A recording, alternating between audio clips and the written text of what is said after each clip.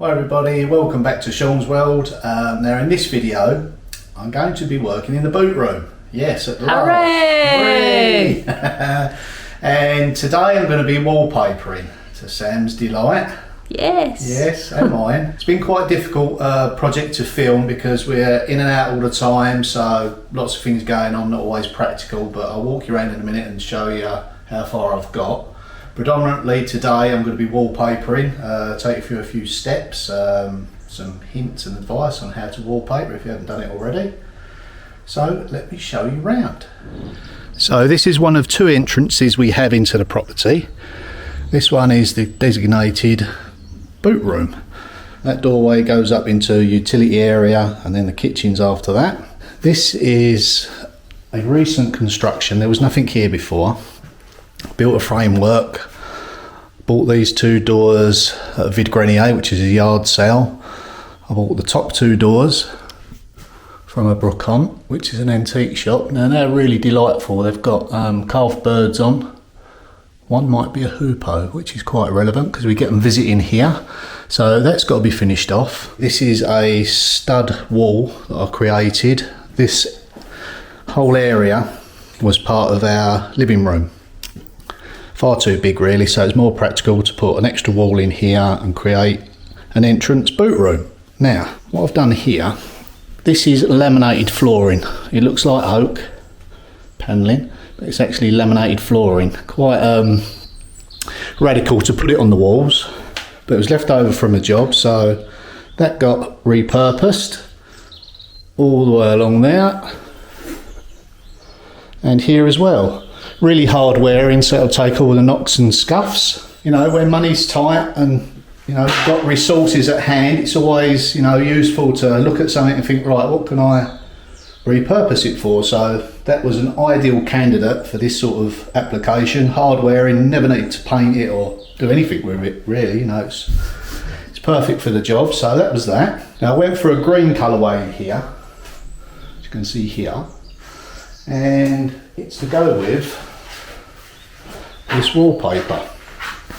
Now this was left over from a previous project. We had 3 rolls, which should be just about enough to complete the project, so that's rather nice. It's got a silver tint in it, so nice and reflective, and we're going for a bird sort of animal theme, nature theme if you like, in the boot room. So that's all leaves and sort of branches.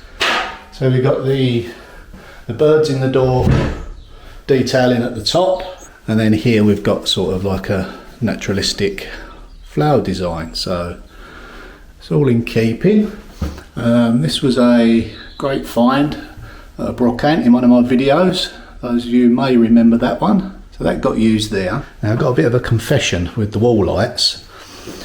These 2 points here, I previously had some beautiful wall lights with bird detailing. Well, to Sam's dismay, I forgot to take them out of my Etsy shop, and someone bought them. So I had to take them down and sell them to the person that purchased them, rightfully enough. Should have took them out of my shop, didn't realise they were still in there, so never mind. I've sourced another set. Luckily Sam's mum came to the rescue, and I dare say Sam had a few words about what I'd done, and lucky enough she had a set of these beautiful, very almost not identical, but very similar to the ones I actually sold, with some birds on. So lovely detailing, and what sort of bird it is, a mythical bird. And they are going to go in situ.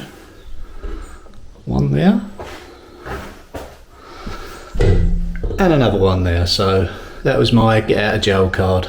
Now before I get started, I just want to talk about this door behind me. I purchased this at a yard sale or Vide Grenier, and I give the grand sum of €10 for it. It's absolutely beautiful in its design. I had this handle already, so I put that on. Lucky enough I had a tape measure with me, so I knew the size of the opening. And yeah, for €10 I got myself an early 19th century hardwood door. So always carry a tape with you, you never know.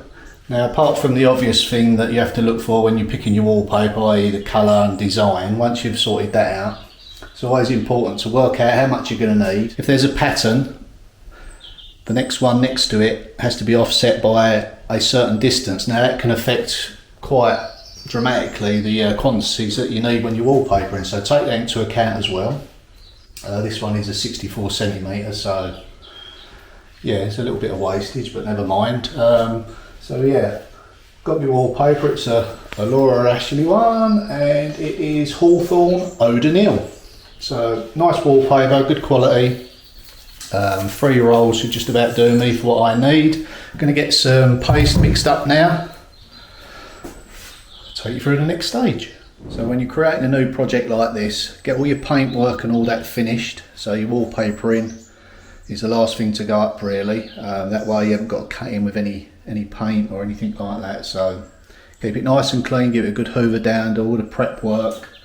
And what we're going to do next is I'm going to knock up some wallpaper paste, but what I'm going to use that for a bit sort of more watered down. I'm going to size the walls. These are fresh plasterboard, so it just stops the paste on the wallpaper just soaking in very, very quickly, and sometimes not giving you much time to work with. So I'm going to size the walls.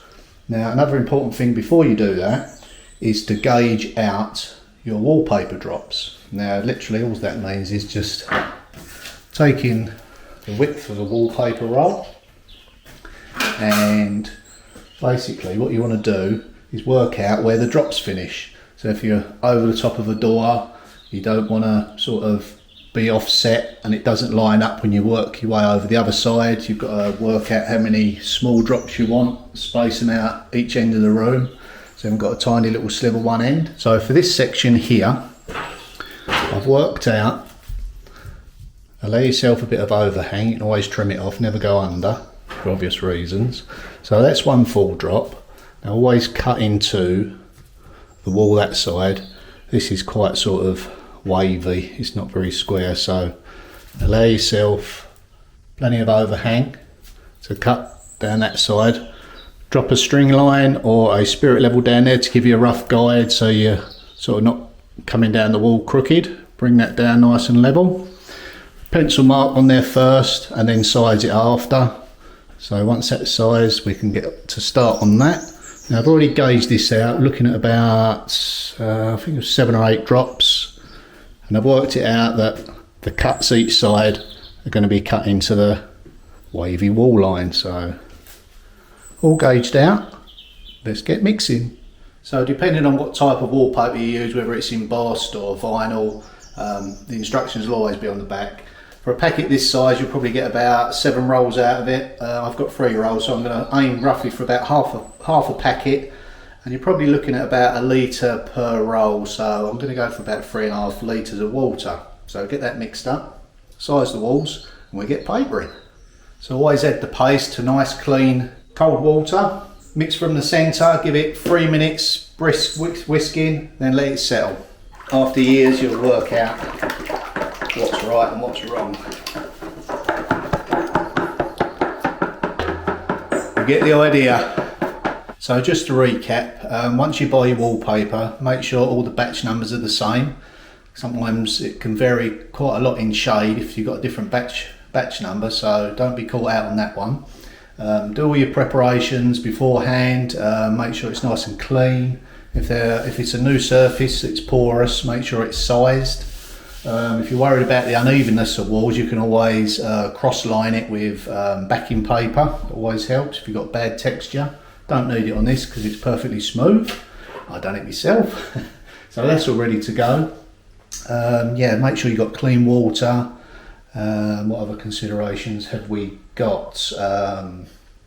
Turn off the heating, let it dry naturally. When you're pasting your wallpaper, my particular one states 3 to 4 minutes. Let it soak into the wallpaper. If you don't let it soak in long enough, you'll get bubbles. So we don't want that, although they can be dealt with.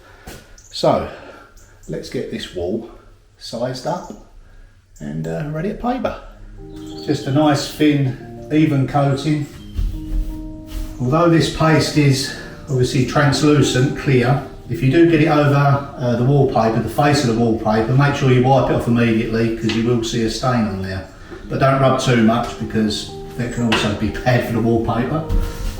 Sort of applying cross hatching just not all straight up and down, so you get a good even covering. So when you're ready to start pasting, measure your drop either with a tape measure or hold the roll up there and drop it down and mark it. I sometimes prefer to use a tape measure because the edges can get damaged when you hold it up and down and knock the corners and that, so try and look after the edges on the wallpaper as best as you can because it will make a hell of a difference when you come to do the joining. And get yourself one of those, which is a seam roller. That's a nice little tool to get the seams nice and level. Some people use a brush or a sponge to smooth out. I prefer one of these sort of blades. Good tool really to get rid of the air bubbles. Also use it for cutting in the tops, sides and bottom. And I normally use a craft knife, so there are a few handy tools to have, apart from the obvious. And follow the instructions or watch a better video that might teaches you how to do it. Anyway, we're going to get started, so I've measured it out. The first drop is 1800, which is roughly the length of my pasting table, so always go over, you know, don't try and scrimp and, you know, allow 2 inches or 100 mil, go a little bit more at each end sort of thing, so you've got plenty of room to adjust the wallpaper.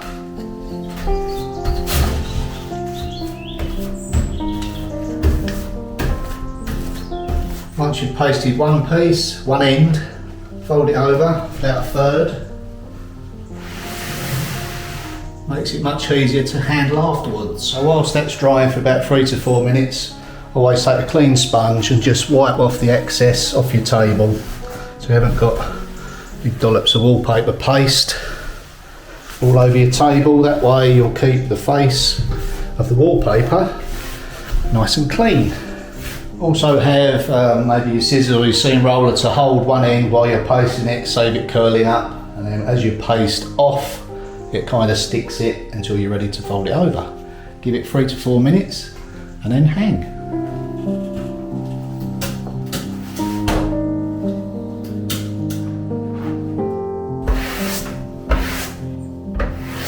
Again, just working from the middle as you come down, just gently smooth it out to the outside. At this stage, don't pull the paper, it will tear very easily.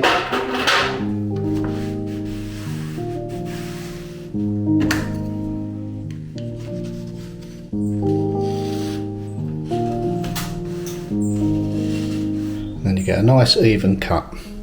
So the overhang this side, I'll wait until it's dried and I'll just trim it off. I've got a corner beading that's going to go over the edge of that, so that's not a major concern. Yeah, I'm pleased with that, it looks nice. Now for this piece.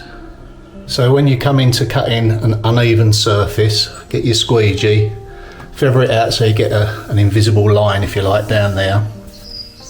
And then what I do is I make a few little cuts like so, being aware of where that invisible line is, that one there, and then that'll allow the paper to move a little bit more freely when you score it down there with the craft knife and the squeegee.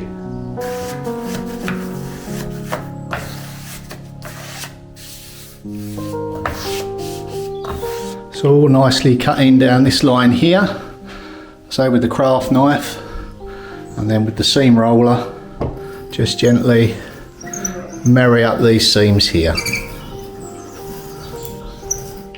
Wipe off any excess that comes out.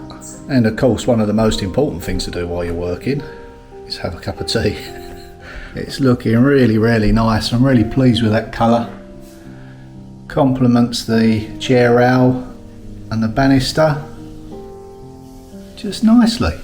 Yeah, I'm really pleased with that. Now I just hope I've got enough.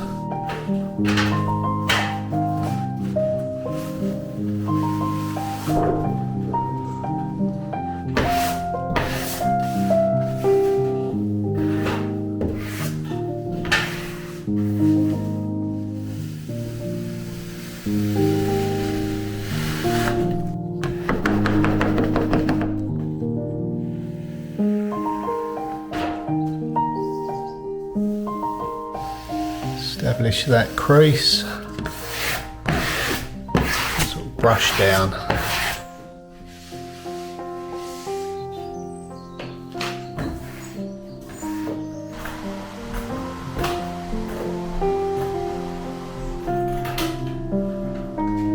don't think I'll need to bother to water the garden tonight.